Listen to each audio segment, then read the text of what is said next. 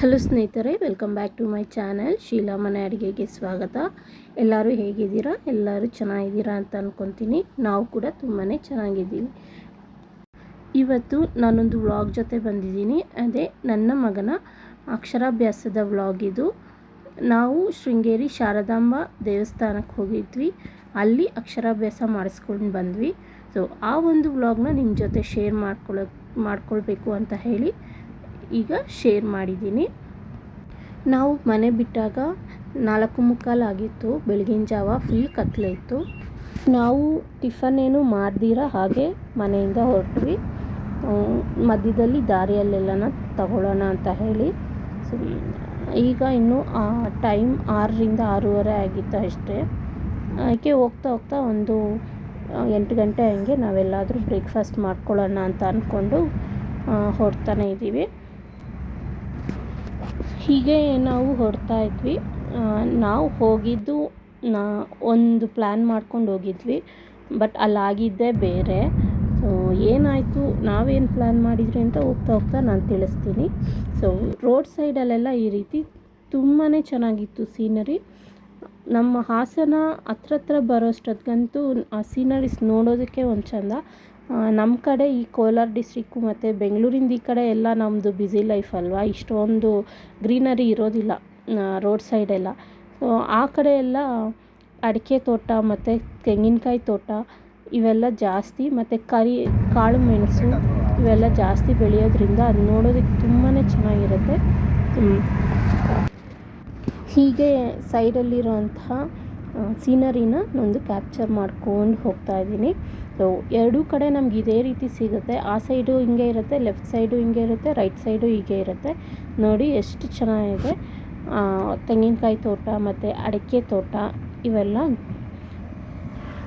ಇದೇ ರೋಡಲ್ಲಿ ಹೋಗ್ತಿದ್ರೆ ಕಿಚ್ಚನಹಳ್ಳಿ ಮನೆ ಅಂತ ಬರುತ್ತೆ. ಕಿಚ್ಚ ಸುದೀಪ್ ಅವರ ರೆಸ್ಟೋರೆಂಟ್ ಅದು. ಲಾಸ್ಟ್ ಟೈಮ್ ಅಂದರೆ ಲಾಸ್ಟ್ ಇಯರ್ ನಾವು ಈ ರೋಡಲ್ಲಿ ಹೋಗೋವಾಗ ನಾವು ಅಲ್ಲಿ ಹೋಗಿ ಬ್ರೇಕ್ಫಾಸ್ಟ್ ಏನೋ ಮಾಡ್ಕೊಂಡು ಹೋಗಿದ್ವಿ.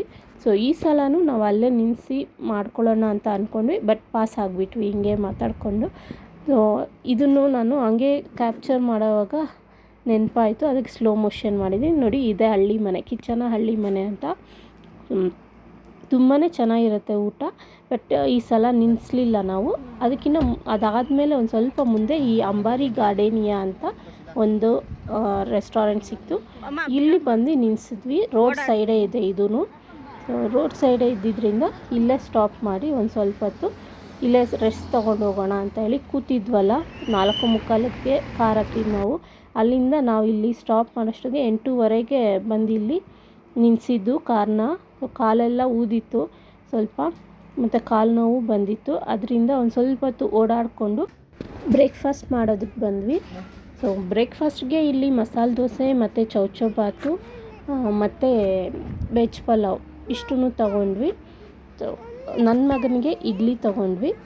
ಎಲ್ಲ ತಗೊಂಡು ತಿಂದಾದಮೇಲೆ ಒಂದು ಸ್ವಲ್ಪ ಹೊತ್ತು ಹೀಗೆ ಮಾತಾಡಿಕೊಂಡು ತಿಂದಾದಮೇಲೆ ನನ್ನ ಮಕ್ಕಳು ಜ್ಯೂಸ್ ಸ್ವಲ್ಪ ತೊಗೊಂಡ್ರು, ವಾಟರ್ಮೆಲನ್ ಜ್ಯೂಸ್ ತೊಗೊಂಡು. ಹಾಗೆ ನಾವು ಟೀ ಸ್ವಲ್ಪ ಕುಡ್ಕೊಂಡ್ರಿ. 3 ಟೀ ತೊಗೊಂಡು ನಮ್ಮಮ್ಮಗೆ, ನನಗೆ, ನಮ್ಮ ಹಸ್ಬೆಂಡ್ಗೆ 3 ಕುಡ್ದು ಒಂದು 10 ನಿಮಿಷ ಅಲ್ಲೇ ಓಡಾಡ್ಕೊಂಡಿದ್ವಿ. ಯಾಕಂದರೆ ಮಕ್ಕಳು ತಿಂದ ತಕ್ಷಣ ಹಾಗೆ ಕಾರಲ್ಲಿ ಬಂದರೆ ವಾಮಿಟ್ ಮಾಡ್ಕೊತಾರಂತ ಹೇಳಿ ಅಲ್ಲೇ ಓಡಾಡಿಸಿದ್ವಿ. ಇನ್ನೂ ಲಾಂಗ್ ಜರ್ನಿ ಅಲ್ವಾ. ಶೃಂಗೇರಿ ನಮ್ಮ ಕೋಲಾರ ಡಿಸ್ಟಿಕ್ಕಿಂದ ತುಂಬಾ ದೂರ ಇದೆ. ಸೊ ಅಲ್ಲಿವರೆಗೂ ಅವರು ವಾಮಿಟ್ ಮಾಡ್ಕೊತಾರೇನೋ ಅಂತ ಡೌಟ್ ಮೇಲೆ ಹೋಗೋವಾಗ, ಅದು ಬೇರೆ ಸ್ವಲ್ಪ ಘಾಟ್ ಸೆಕ್ಷನ್ಸ್ ಎಲ್ಲ ಬರ್ತಾ ಇರುತ್ತೆ, ಅಲ್ಲಲ್ಲಿ ಕರ್ವ್ಸ್ ಇರುತ್ತೆ. ಅದರಿಂದ ಸ್ವಲ್ಪ ಓಡಾಡಿಸ್ಕೊಂಡು ಅವ್ರನ್ನ ಆರಾಮ ಮಾಡಿಸಿ ಆಮೇಲೆ ಹೋಗೋಣ ಅಂತ ಅಂದ್ಕೊಂಡು ಇಲ್ಲೊಂದು 5 to ಎಲ್ಲ ಸೇರಿ ಒಂದು ಅರ್ಧ ಗಂಟೆ ಇಲ್ಲಿ ನಾವು ಬ್ರೇಕ್ಫಾಸ್ಟ್ಗಂತ ನಿಲ್ಲಿಸಿದ್ವಿ. ಇಲ್ಲೇ ಒಂಚೂರು ಫೋಟೋಸ್ ಎಲ್ಲ ತೊಗೊತಾ ಇದ್ರು. ಸೀನರಿ ಎಲ್ಲ ಚೆನ್ನಾಗಿದೆ, ನೇಚರ್ ಅಂದ್ಬಿಟ್ಟು ಫೋಟೋ ತೆಗೆಸ್ಕೊಳ್ಳೋದಕ್ಕಂತಲೇ ಅಲ್ಲಿ ಕೂತ್ಕೊಳ್ಳೋಕ್ಕೆಲ್ಲ ಜಾಗ ಇದೆ. ಹಾಗೆ ಗಿಡಗಳು, ಶೋ ಗಿಡಗಳೆಲ್ಲ ಇಟ್ಟಿದ್ದಾರಲ್ವ, ಅಲ್ಲಿ ಫೋಟೋಸ್ ತೆಗೆಸ್ಕೊಳ್ಳೋಕ್ಕಂತಲೇ ಸ್ಪೇಸ್ ಇಟ್ಟಿದ್ರು.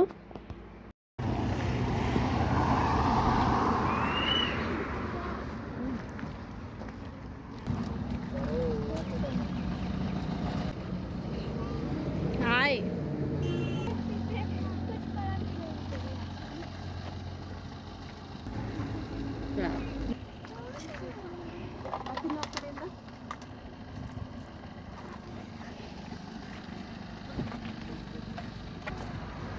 ಹೀಗೆ ಅಲ್ಲಿಂದ ನಮ್ಮ ಪಯಣ ಶೃಂಗೇರಿ ಕಡೆಗೆ ಹೊರಟು.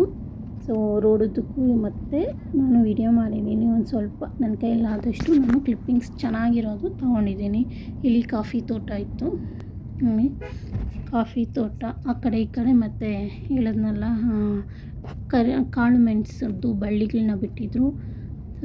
ಬರೀ ಸೀನರಿ, ಬರೀ ಗ್ರೀನರಿ.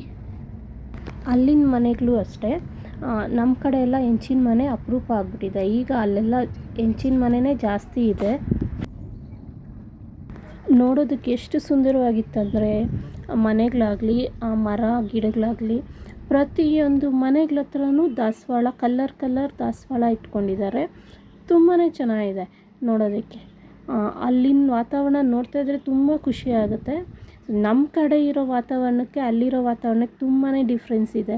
ಸೊ ಅಟ್ಲೀಸ್ಟ್ ವರ್ಷಕ್ಕೊಂದು ಸಲ ಈ ರೀತಿ ಹೋಗಿ ಬರ್ತಾ ಇರಬೇಕು, ನಮಗೂ ಮೈಂಡ್ ಫ್ರೆಶ್ ಆಗುತ್ತೆ.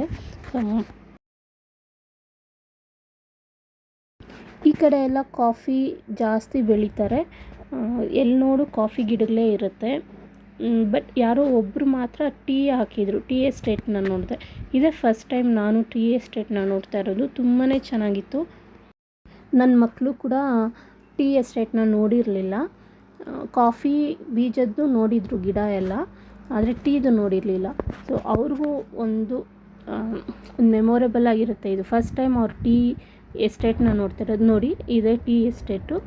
ಎಷ್ಟು ಚೆನ್ನಾಗಿದೆ ಅಂದರೆ ಅದು ನೋಡೋಕ್ಕೆ ಎಷ್ಟು ನೀಟಾಗಿದೆ ಗೊತ್ತಾ. ಬಟ್ ಅಲ್ಲಿ ನಿಲ್ಲಿಸಿ ಫೋಟೋ ತಗೊಬೇಕಂತ ಅಂದ್ಕೊಂಡ್ವಿ. ಬಟ್ ಆಲ್ರೆಡಿ ಟೈಮ್ ಆಗಿದ್ದರಿಂದ ಅಲ್ಲಿ ಅಕ್ಷರಾಭ್ಯಾಸಕ್ಕೆ ಟೈಮ್ ಆಗುತ್ತೆ ಅಂತ ಹೇಳಿ ಎಲ್ಲೂ ಸ್ಟಾಪ್ ಮಾಡ್ದಿರೋ ಹೋದ್ವಿ. ಆದರೂ ನಾವು ಹೋಗೋಷ್ಟೊತ್ತಿಗೆ 1:45 ಆಗೋಯಿತು ಟೈಮು. ಬೆಳಗ್ಗೆ 4:45 ಬಿಟ್ಟಿದ್ದಕ್ಕೆ ದೇವಸ್ಥಾನದ ಹತ್ರ 1:45 ಹೋದ್ವಿ. ಅದು ಬೇಗ ಹೋಗಿ ಟೋಕನ್ ತೊಗೊಳ್ಳೋಣ ಅಂತ ಹೋದಾಗ ಟೋಕನ್ ಕ್ಲೋಸ್ ಅಂತ ಹೇಳಿದ್ರು. ಸೊ ಎಷ್ಟು ರಿಕ್ವೆಸ್ಟ್ ಮಾಡಿದ್ರೂ ಟೋಕನ್ ಕೊಟ್ಟಿಲ್ಲ, ಆಗೋಗಿದೆ. ಲಾಸ್ಟ್ ಬ್ಯಾಚ್ ಅವ್ರು ಎದ್ದು ಹೋಗ್ತಾಯಿದ್ರು. ಸೊ ಈ ಟೈಮಿಂಗು ಇನ್ನು ಮಾರನೇ ದಿನ 8 o'clock-ಇಂದ 2 o'clock ಅಂತ ಹೇಳಿದರು. ಅಂದರೆ 1:30ಗೆ ಲಾಸ್ಟ್ ಮಾಡ್ತಾರೆ ಟೋಕನ್ ಕೊಡೋದು, 2 o'clock-ಗೆ ಮುಗಿಯುತ್ತೆ. ಈ ರೀತಿ ಎಷ್ಟು ಕೇಳಿದ್ರು ಕೊಡಲಿಲ್ಲ. ನೆಕ್ಸ್ಟ್ ಡೇನೇ ಇಲ್ಲ ಅಂತ ಹೇಳಿದ್ರು. ಸೊ ಏನು ಮಾಡೋದು ಅಂತ ಅಲ್ಲೆಲ್ಲ ಸುತ್ತಾಡಿಕೊಂಡು ದೇವಸ್ಥಾನನೂ ಕ್ಲೋಸ್ ಮಾಡಿದರು. ಆ್ಯಕ್ಚುಲಿ ನಾವು ಹೋಗೋ ಟೈಮು ಮಧ್ಯಾಹ್ನ ಹೋದ್ರಲ್ಲ, ಅದರಿಂದ ದೇವಸ್ಥಾನನೂ ಕ್ಲೋಸ್ ಮಾಡಿದರು. ಅಲ್ಲಿಗೂ ಎಲ್ಲೂ ಸ್ಟಾಪ್ ಮಾಡ್ದಿರ ಟಿಫನ್ ತಿನ್ನೋದಕ್ಕೋಸ್ಕರನೇ ಅಲ್ಲಿ ನಾವು ನಿಲ್ಲಿಸಿದ್ವಿ. ಅದು ನಿಲ್ಲಿಸಿಲ್ಲ ಅಂದಿದ್ರೆ ಇಲ್ಲಿ ಬರ್ತಾ ಇದ್ವೇನೋ ಟೈಮ್ ಸರಿಯಾಗಿ ಅನಿಸ್ತಾ ಇದೆ. ಬಟ್ ಮಕ್ಕಳಿಗೆ ಏನು ಮಾಡೋಕ್ಕೂ ಆಗೋಲ್ಲ, ಮಕ್ಕಳಿಗೆ ಹೊಟ್ಟೆ ಹಸಿವಲ್ಲಿ ತಡೆಯಲ್ವಲ್ಲ. ಸೊ ಅದರಿಂದ ಹಂಗಾಯಿತು. ಇರಲಿ ಒಂದಿನ ಇರೋಣ ಅಂತ ಹೇಳಿ ಡಿಸೈಡ್ ಮಾಡಿದ್ವಿ. ಸರಿ, ನಾವು ಹೋಗಿರೋದೇ ಅಕ್ಷರಾಭ್ಯಾಸಕ್ಕೋಸ್ಕರ, ಆಗಲಿ ಅಂತ ಹೇಳಿ. ಈಗ 2:30 ಒಳಗಡೆ ಊಟ ಇರುತ್ತೆ, ಊಟ ಮಾಡಿ ಅಂತ ಹೇಳಿದ್ರು ಅಲ್ಲಿ. ಸೊ ನಾವಲ್ಲಿ ಊಟ ಮುಗಿಸ್ಕೊಂಡು ಈಗ ತಿರ್ಗಾ ದೇವಸ್ಥಾನದ ಹತ್ರ ಬರ್ತಾಯಿದ್ದೀವಿ. ನಿಮ್ಮಲ್ಲಿ ಯಾರಾದರೂ ಅಕ್ಷರಾಭ್ಯಾಸ ಮಾಡಿಸ್ಬೇಕು ಮಕ್ಕಳಿಗೆ ಅಂತ ಅಂದ್ಕೊಂಡಿದ್ರೆ ನೋಡಿ, ಆವತ್ತು ನೀವು ಹಿಂದಿನ ದಿನ ಬಂದು ಇಲ್ಲೇ ಸ್ಟೇ ಆದರೆ ಒಳ್ಳೆಯದು. ಯಾಕಂದರೆ ಮಾರನೇ ದಿನ ಬೆಳಿಗ್ಗೆ 7:30ಇಂದ 1:30ವರೆಗೂ ಅಕ್ಷರಾಭ್ಯಾಸ ಮಾಡ್ತಾರೆ. ಇಲ್ಲ ಶೃಂಗೇರಿಗೆ ಹತ್ತಿರ ಇರೋರಾದರೆ ಒಂದು 2 hours 3 hours ಜರ್ನಿ ಅಂದರೆ ಅವರು ಬೆಳಗ್ಗೆ ಬಂದು ಹಾಗೆ ಹೋಗ್ಬೋದು, ಸಾಯಂಕಾಲ ದರ್ಶನ ಮುಗಿಸ್ಕೊಂಡು ಅಕ್ಷರಾಭ್ಯಾಸ ಮುಗಿಸ್ಕೊಂಡು. ನಾವು ಹೋಗಿದ್ದು ಕೋಲಾರ ಡಿಸ್ಟಿಕ್ಕಿಂದ ಅಲ್ವಾ, ನಮ್ಮದು ಆಲ್ಮೋಸ್ಟ್ 8 hour 9 hour ಜರ್ನಿ ಆಗಿಬಿಡುತ್ತೆ. ಸೊ ನಮ್ಮಂಗೆ ಹೋಗೋಂಗಿದ್ರೆ ಹಿಂದಿನ ದಿನ ಹೋಗಿ ಸ್ಟೇ ಆಗೋದು ಒಳ್ಳೆಯದು, ರೂಮ್ ತಗೊಂಡು. ಇದು ನಮಗೆ ಗೊತ್ತಾಗ್ದಿರ ನಾವು ಹೋಗಿ ಇವತ್ತೇ ಅಕ್ಷರಾಭ್ಯಾಸ ಮಾಡಿಸ್ಕೊಳ್ಬೋದು, ಬೆಳಗ್ಗೆ ಆಗುತ್ತೆ ನಾವು ಹೋಗಿದ ತಕ್ಷಣ ಅಂತ ಅಂದ್ಕೊಂಡು ಹೋದ್ವಿ. ಬಟ್ ಆಗಲಿಲ್ಲ. ನಾವು ಹೋಗೋಷ್ಟೊತ್ತಿಗೆ 1:45 ಆಗಿಬಿಟ್ಟಿತ್ತಲ್ವ, ಟಿಕೆಟ್ ಎಲ್ಲ ಸೋಲ್ಡ್ ಆಗಿತ್ತು, ಮತ್ತು ಕೊಡೋದಿಲ್ಲ ನೆಕ್ಸ್ಟ್ ಡೇನೇ ಇನ್ನು ಅಂತ ಹೇಳಿದ್ರು. ಇನ್ನೇನು ಮಾಡೋದು ಅಂತ ನಾವು ನಾವು ಹೋಗಿರೋದೇ ಅಕ್ಷರಾಭ್ಯಾಸಕ್ಕೆ. ಇವತ್ತು ಇಲ್ಲೇ ಇದ್ಬಿಟ್ಟು ರೂಮ್ ತಗೊಂಡು ಇಲ್ಲೇ ಇದ್ಬಿಟ್ಟು ಬೆಳಿಗ್ಗೆ ಬಂದು ಅಕ್ಷರಾಭ್ಯಾಸ ಮಾಡಿಸ್ಕೊಂಡು ಆಮೇಲೆ ನಾವು ಬೇರೆ ಕಡೆ ಹೋಗೋಣ ಅಂತ ಡಿಸೈಡ್ ಮಾಡಿದ್ವಿ. ಸೊ ನಾವು ಹೋಗಿದ್ದು ಮಧ್ಯಾಹ್ನ ಟೈಮ್ ಆಗಿರೋದ್ರಿಂದ ಯಾವ ದೇವಸ್ಥಾನನೂ ತೆಗ್ದಿರಲಿಲ್ಲ. ಸೊ ಅದೆಲ್ಲ ನಾನು ಸ್ವಲ್ಪ ಕ್ಯಾಪ್ಚರ್ ಮಾಡಿಕೊಂಡೆ ಅಷ್ಟೇ. ಆಮೇಲೆ ಇಲ್ಲಿ ನೀರ ಹತ್ರ ಬಂದ್ರಿ, ತುಂಗಭದ್ರಾ ನದಿ ಹರಿಯುತ್ತಲ್ಲ, ಇಲ್ಲಿ ಮೀನುಗಳಿರುತ್ತಲ್ವ ಅಲ್ಲಿಗೆ ಬಂದ್ರಿ. ಇಲ್ಲಿಗೆ ನಾವು ಪುರಿ ಅಥವಾ ವರ್ಕಿ ಇವೆಲ್ಲ ಏನೂ ತೊಗೊಂಬರಲಿಲ್ಲ. ಡೈರೆಕ್ಟ್ ನಾವು ಅಕ್ಷರಾಭ್ಯಾಸ ಮಾಡಿಸ್ಬೇಕು ಅಂದ್ಬಿಟ್ಟು ಹಾಗೆ ಬಂದುಬಿಟ್ವಿ. ಸರಿ ಹೆಂಗೋ ಇವತ್ತು ಇರ್ತಿರಲ್ಲ, ನಾಳೆ ತಂದು ಹಾಕೋಣ ಅಂತ ಹೇಳಿ ಹಾಗೆ ಹೋಗಿ ನೋಡ್ಕೊಂಡು ಬರೋಕ್ಕೆ ಹೋದ್ರು. ಇಲ್ಲಿ ಮೇಲೆ ಬ್ರಿಡ್ಜ್ ಕಾಣಿಸ್ತಿದೆ ಅಲ್ಲ, ಆ ಬ್ರಿಡ್ಜ್ನ ದಾಟಿ ಆ ಕಡೆ ಹೋದರೆ ಅಲ್ಲಿ ಆಶ್ರಮ ಇದೆಯಂತೆ. ದಿನಾಗಲೂ ಗುರುಗಳು ಬಂದು ಆಶ್ರಮದಲ್ಲಿ ಸ್ವಲ್ಪ ಹೊತ್ತು ಇದ್ಬಿಟ್ಟು ಹೋಗ್ತಾರಂತೆ. ಸೊ ಅದನ್ನು ನೋಡೋದಕ್ಕೂ ಮತ್ತು ಗುರುಗಳನ್ನ ಭೇಟಿ ಮಾಡೋದಕ್ಕೂ ಜನಗಳು ಹೋಗ್ತಾ ಇರ್ತಾರಂತೆ. ನಾನು ಆಶ್ರಮ ನೋಡಿಲ್ಲ, ಈ ಸಲ ನೋಡೋಕ್ಕಂತೂ ಆಗಿಲ್ಲ. ಅಟ್ಲೀಸ್ಟ್ ನೆಕ್ಸ್ಟ್ ಟೈಮ್ ಟ್ರೈ ಮಾಡ್ತೀನಿ. ನಿಮ್ಮಲ್ಲಿ ಯಾರಾದರೂ ಹೋದರೆ ಟ್ರೈ ಮಾಡಿ, ಗುರುಗಳನ್ನ ಭೇಟಿ ಮಾಡೋದಕ್ಕೆ ಒಳ್ಳೆಯದಾಗುತ್ತೆ. ಈಗ ನೀರ ಹತ್ರ ಬಂದಿದ್ವಲ್ಲ, ತುಂಬ ಚೆನ್ನಾಗಿತ್ತು. ಮೀನುಗಳೇ ಕಾಣಿಸ್ಲಿಲ್ಲ, ದೊಡ್ಡ ದೊಡ್ಡ ಮೀನು ಕಾಣಿಸ್ಲಿಲ್ಲ. ಚಿಕ್ಕ ಚಿಕ್ಕದಾಗಿ ಸಣ್ಣ ಸಣ್ಣ ಮೀನುಗಳು ಮರಿಗಳಿತ್ತು, ಅವು ಮಾತ್ರ ಕಾಲುಗಳ ಹತ್ರ ಓಡಾಡ್ತಾಯಿತ್ತು. ಮಕ್ಕಳು ಕೂಡ ತುಂಬಾ ಎಂಜಾಯ್ ಮಾಡಿದ್ರು. ನೀರು ಕೂಡ ತಣ್ಣಗಿತ್ತು ತುಂಬಾ, ಆದರೂ ಮಕ್ಕಳು ಚೆನ್ನಾಗಿ ಎಂಜಾಯ್ ಮಾಡಿದ್ರು ಆ ಒಂದು ಟೈಮ್ನ.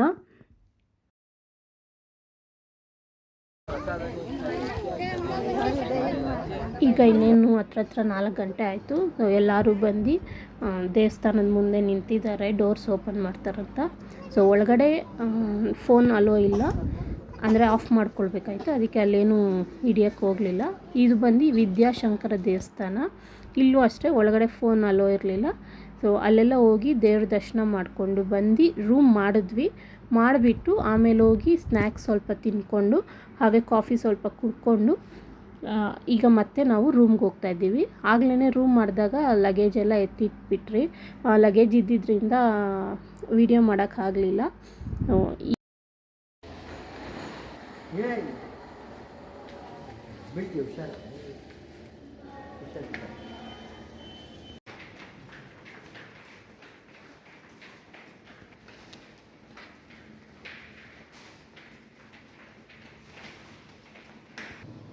ಊಟ ತಿಂದಿರ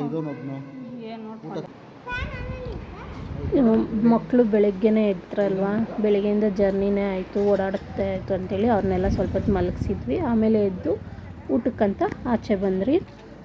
ಇಲ್ಲೇ ನಾವು ಮಾಡಿದಂಥ ರೂಮ್ ಪಕ್ಕದಲ್ಲೇ ಶ್ರೀ ಗುರುಪ್ರಸಾದ್ ಉಡುಪಿ ಸ್ಟೈಲ್ ಹೋಟೆಲ್ ಅಂತ ಇತ್ತು. ತುಂಬಾ ಚೆನ್ನಾಗಿತ್ತು ಫುಡ್ ಅಂತೂ. ಇಲ್ಲಿ ಯಾರಾದರೂ ಶೃಂಗೇರಿಗೆ ಹೋದರೆ ನಾನು ರೆಕಮೆಂಡ್ ಮಾಡ್ತೀನಿ ಈ ಹೋಟೆಲ್ನ, ಯಾಕಂದರೆ ಊಟ ಅಷ್ಟೇ ಚೆನ್ನಾಗಿತ್ತು. ನಾವು ನೈಟ್ ಆಗಿದ್ದರಿಂದ ಸ್ವಲ್ಪ ಲೈಟಾಗೇ ತೊಗೊಂಡ್ವಿ.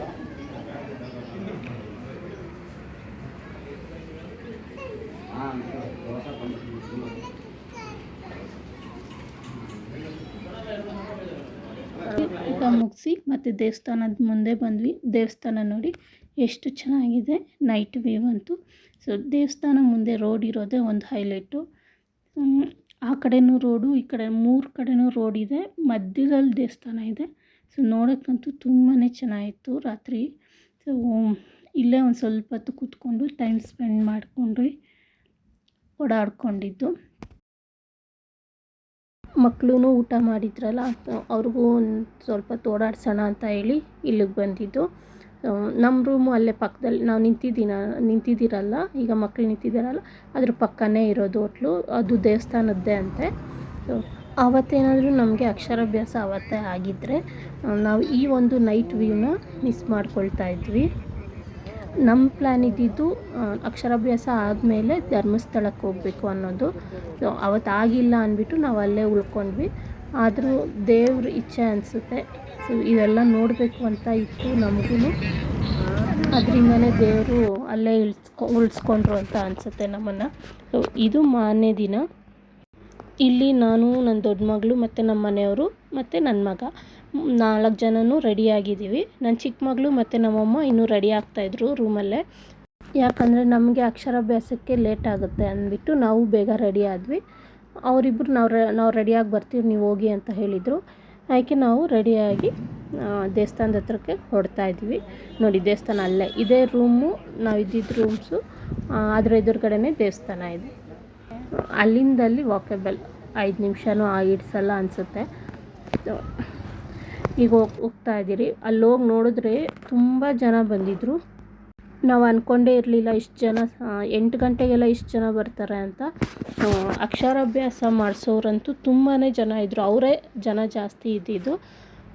ಅದಕ್ಕೆ ಯಾರಾದರೂ ಮಾಡಿಸ್ಕೊಳ್ಳೋಂಗಿದ್ರೆ ಬೆಳಗಿನ ಜಾವ ಈ ರೀತಿ ಬಂದು ಮಾಡಿಸ್ಕೊಳ್ಳಿ, ಬೇಗನೂ ಆಗುತ್ತೆ. ಮತ್ತು ನೀವು ಬೇರೆ ಕಡೆ ಎಲ್ಲನೋ ಹೋಗ್ಬೇಕಂತ ಪ್ಲ್ಯಾನ್ ಮಾಡಿದರೆ ಅಲ್ಲಿಗೂ ಹೋಗ್ಬೋದು. ಈ ರೀತಿ ಸ್ಟೇ ಆಗಿ ಮಾಡಿಸಿದ್ರೆ ಒಳ್ಳೆಯದೇ. ಇಲ್ಲಿ ನಮ್ಮ ಮನೆಯವರು ಹೂವು ತರಕ್ಕೆ ಹೋಗಿದ್ರು, ನಾನು ಪೂಜೆ ಸಾಮಾನು ತೊಗೊಂಡಿದ್ದೆ, ಅದಕ್ಕೆ ಹೂವು ತರಕ್ಕೆ ಹೋಗಿದ್ರು. ಅದರಿಂದ ನಾವು ಅಲ್ಲೇ ಓಡಾಡ್ಕೊಂಡಿದ್ವಿ ಸ್ವಲ್ಪ. ಅಲ್ಲಿ ನಾನು ಹೋಗ್ತಾಯಿದ್ದೀನಿ ನೋಡಿ. ಈಗ ಇಲ್ಲಿ ಆಲ್ರೆಡಿ ಒಂದು ಬ್ಯಾಚ್ ನಡೀತಾ ಇತ್ತು ಅಕ್ಷರಾಭ್ಯಾಸ, ನಮ್ಮದು ಬಂದು ಸೆಕೆಂಡ್ ಬ್ಯಾಚು. ಈಗ ನೋಡಿ ಕುತ್ಕೊಂಡಿದ್ದೀರಿ ಈಗ ಸೆಕೆಂಡ್ ಬ್ಯಾಚಲ್ಲಿ. ಅವರೇ ಸ್ಲೇಟು ಮತ್ತು ಒಂದು ತಟ್ಟೆಯಲ್ಲಿ ಅಕ್ಕಿ, ಅರಿಶಿನ ಕೊಂಬು ಎಲ್ಲ ಕೊಡ್ತಾರೆ, ಚಾಕ್ ಪೀಸ್ ಕೂಡ ಕೊಡ್ತಾರೆ. ಮತ್ತು ಅವ್ರ ಇನ್ಸ್ಟ್ರಕ್ಷನ್ಸ್ ಹೇಳ್ತಾ ಇರ್ತಾರೆ ಈ ರೀತಿ ಮಾಡಬೇಕು ಅಂತ. ಆ ರೀತಿ ನಾವು ಮಾಡಬೇಕಾಗುತ್ತೆ ಇಲ್ಲಿ.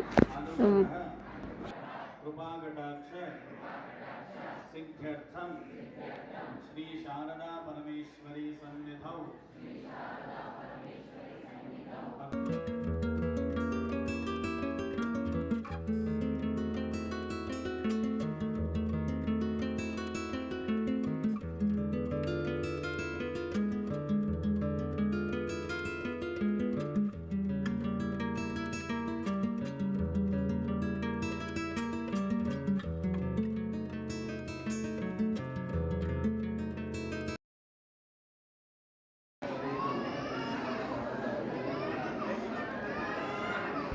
ಈ ರೀತಿ ಅವ್ರು ಹೇಳೋ ರೀತಿಯೆಲ್ಲ ನಾವು ಮಗುಗೆ ಕೈ ಇಟ್ಕೊಂಡು ಬರೆಸ್ಬೇಕು. ಇವನಂತೂ ಬರಿತಾನೇ ಇರಲಿಲ್ಲ, ಅಲ್ಲಿಗೂ ಬಲವಂತ ಮಾಡಿ ಕೈ ಇಟ್ಟು ಮಡಚಿ ಬರೆಸ್ತಾಯಿದ್ದೀನಿ. ಅಲ್ಲಿ ನನ್ನ ಚಿಕ್ಕ ಮಗಳು ನಮ್ಮ ಮನೆಯವರೆಲ್ಲ ನಗ್ತಾಯಿದ್ರು, ಇವನೇನು ಇಟ್ಕೊಳ್ತಾನೆ ಇಲ್ಲ, ಬರಿತಾನೆ ಇಲ್ಲ ಅಂತ. ಹಂಗೆ ಮಾಡಿದೆ ನೋಡಿ, ಹಿಡ್ಕೊತಾನೆ ಇಲ್ಲ ಅವನು ಕೈಯಲ್ಲಿ. ಅರಿಶಿನ ಕೊಂಬು ಹಿಡ್ಕೊತಾ ಇಲ್ಲ, ಚಾಕ್ ಪೀಸ್ ಹಿಡ್ಕೊತಾನೆ ಇದಕ್ಕೆ ಸ್ಲೇಟಲ್ಲಿ ಬರೆಯೋದಕ್ಕೆ. ಈ ಅರಿಶಿನ ಕೊಂಬನ್ನ ಹಿಡ್ಕೊತಾನೆ ಇಲ್ಲ ಅವನು. ಈ ರೀತಿ ಎಲ್ಲ ಬರೆಯೋಕ್ಕೆ ಹೇಳ್ತಾರೆ ಸ್ಲೇಟ್ ಮೇಲೆ. ಅವಾಗೆಲ್ಲ ಹಿಡ್ಕೊಂಡು ನಾನೇ ಬರೆಸ್ದೆ, ಬಲವಂತವಾಗಿ ಬರೆಸಿದ್ದಾಯಿತು. ಈ ರೀತಿ ದೇವ್ರ ಹೆಸರೆಲ್ಲ ಬರೆಸಿ ಈ ಬರೆಯೋಕ್ಕೆ ಹೇಳ್ತಾರೆ. ಮತ್ತು ಅದು ಬರೆದಿರೋದನ್ನು ಮಗು ಕೈಯಲ್ಲಿ ಈ ರೀತಿ ನಮಸ್ಕಾರ ಮಾಡ್ಕೊಳ್ಳೋದಕ್ಕೆ ಹೇಳ್ತಾರೆ. ಈ ರೀತಿ ಅಕ್ಷರಾಭ್ಯಾಸ ಎಲ್ಲ ಆದಮೇಲೆ ಹಾಗೆ ದೇವ್ರ ದರ್ಶನಕ್ಕೆ ಹೋಗಬೇಕಾಗುತ್ತೆ ಎಲ್ಲರೂ. ಸೊ ಎಲ್ಲರೂ ಈಗ ದೇವ್ರ ದರ್ಶನಕ್ಕೆ ಹೋಗ್ತಾ ಇದ್ದೀವಿ. ಬೆಳಗ್ಗೆ ಇದೆಲ್ಲ ಆಗೋಷ್ಟೊತ್ತಿಗೆ ನಮಗೆ ಒಂದು 9 ಗಂಟೆ ಆಗಿತ್ತು ಅನಿಸುತ್ತೆ.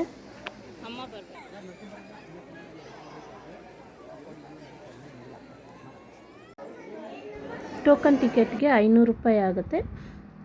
ಟೈಮಿಂಗ್ ಬಂದು ಬೆಳಿಗ್ಗೆ 7:30ಇಂದ ಮಧ್ಯಾಹ್ನ 1:30ವರೆಗೂ ಅಂತೆ. ಅಷ್ಟರೊಳಗಡೆ ಯಾರಾದರೂ ಬಂದು ಮಾಡಿಸ್ಕೊಳ್ಳೋಂಗಿದ್ರೆ ಬಂದು ಮಕ್ಕಳನ್ನ ಕರ್ಕೊಬಂದು ಅಕ್ಷರಾಭ್ಯಾಸ ಮಾಡಿಸ್ಕೊಂಡು ಹೋಗ್ಬೋದು. ಇಲ್ಲಿ ನೋಡಿ ನನ್ನ ಚಿಕ್ಕ ಮಗಳು ಒಂದು ಶೀಟಲ್ಲಿ ಇದು ಬರಿತಾ ಇದ್ದಾಳೆ ದೇವ್ರ ಹೆಸರು. ಅಲ್ಲಿ ಶೀಟ್ ಕೊಡ್ತಾಯಿದ್ರು ಫ್ರೀಯಾಗೆ. ಅಲ್ಲಿ ಒಂದು ಸೈಡು ರಾಮ ಅಂತ, ಇನ್ನೊಂದು ಸೈಡು ಶಿವ ಅಂತ. ಶೀಟ್ ಹೆಸರು ಹರಿಹರ ನಾಮಾಮೃತಮ್ ಅಂತ.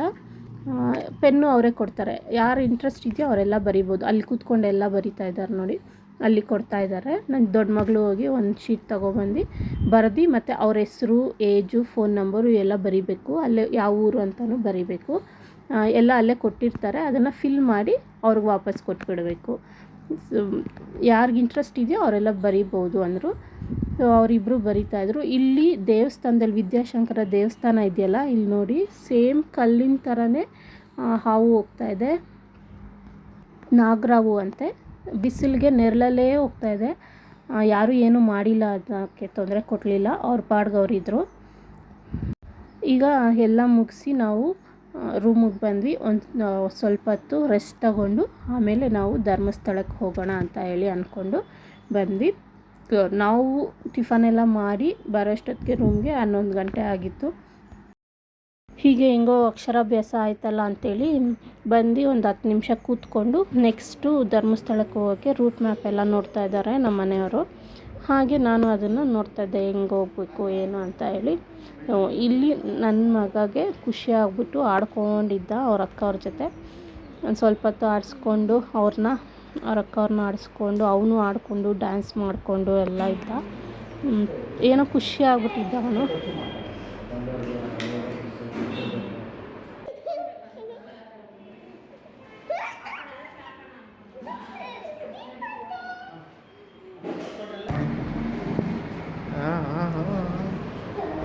ಜಂಪಿಂಗ್ ಜಪಾಂಗ್ ಆದೇಶ.